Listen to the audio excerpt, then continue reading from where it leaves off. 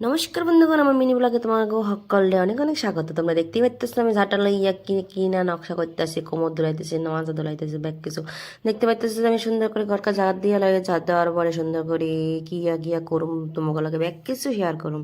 দেখতে পাচ্ছ আমি সুন্দর করে সবজি কাটিয়ে লাগে, সবজি কাটিয়ে লাগে কি লাই কিনা পুঁই শাক। অ্যাকচুয়ালি আমি কিন্তু ছুরি দিয়ে সবজি কাটি, কিন্তু কি মনে হলো আজকে আমি বটি দিয়ে সবজি কাটুম, তো বটি লই বই গেছি।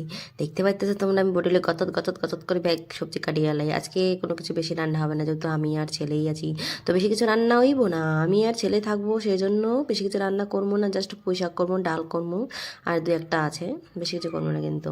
তো দেখতে পাচ্তেছো আমি সুন্দর করে সবজিগুলো কাটতে লাইতেছি, ভালো করে সবজি যত সুন্দর কাটা হয় তরকারি রান্নাও ভালো হয়, খেতেও ভালো হয়।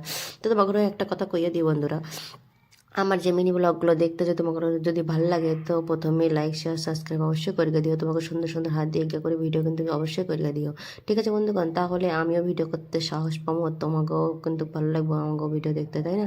আর বেল বাটনে ক্লিক কিন্তু অবশ্যই করে দিও, তাহলে আমার নেক্সট ভিডিওটি তোমাদের কাছে অবশ্যই পৌঁছে যাইব গো, ঠিক আছে বন্ধুগণ?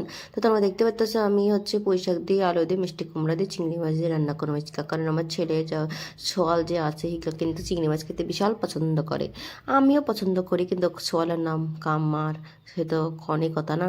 তো তোমরা দেখতে পাইতেছো যে আমি সুন্দর করে কুমড়া কান কাটিয়ে এলে, কুমড়া কাটতে কাটতে দেখি যে একখান দিয়ে একটু খসি গেছে, তো হিগা কাটিয়ে এনে হালাই দিছি, কারণ এত দামের কেনা সবজি যদি একটুখানি হসন হলে যদি কিছু হালাই দিতে হলে কেন তো হইব না। কিনলে কি উনকে আমিও বাজার করতে যাই, তো বুঝি সবজির কি দাম, বাপরে বাপ, আগে তো জানতাম না, আগে কইতাম ইগানো উগানো ব্যাগ কিছু আনো। তো তারপরে যাই হোক না কেন আমার সবজি বিজ্ঞান কাটা হয়ে গেছে। তোমরা দেখতে পাচ্ছ আমি ডাল আর ভাত বইয়া দিছি, আর হইতে হইতে আমি যা বাকি করণীয় কাজ আছে এগুলো করে আলামো। তো দেখতে পাইতেছো তুমি আমি হচ্ছে তেলেতে আমি চিংড়ি মাছ, পেঁয়াজ, রসুন, আদা সব কিছু ভাজ্যা লইতেছি, এর মধ্যে এখন ভালো করে ভাজ্যা টান টান করে সুন্দর করে, তারপরে আমি এগারতে দিয়ে দেবো হচ্ছে পুঁই শাক। আর ওই পাশে দেখতে পাইতেছি না উত্তর উত্তর ব্যাগ ডাল কি সুন্দর হয়ে যায়। দেখতে পাইতেছি আমি সুন্দর করি পুঁই শাক আর ব্যাগ সবজি যা আছে বেগিন দিয়ে লাইছি, তারপরে যা হইব তোমরা দেখতে হইব।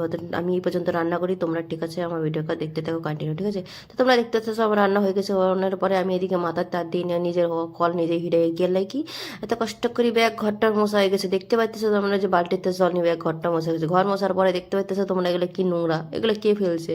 দেখতে পাইতেছো যে বদমাসটা ফেলটা নিয়ে পাশের ঘরে যায়নি, লুকাই রয়েছে। তো আমি ওরে জাস্ট কইলাম কেন ফেলছে, আমার ঘর তো মশা হয়ে গেছে। কইনি জাস্ট মুখে তার দিছে, আর দিতে না দিতে কান্দি দিছে, মারিও না হিডাইও না কিছু কই না, তাতেই কান্দি দিছে। তো হলগুন সোলাগুন তো এমনি হয় না, একটু আদর করলে আবার ঠিক হবে। দেখতে পাচ্ছ একটু আদর করছে, ঠিক আছে ঠিক আছে বন্ধুগণ, আমার এই ভিডিওটি এই পর্যন্তই।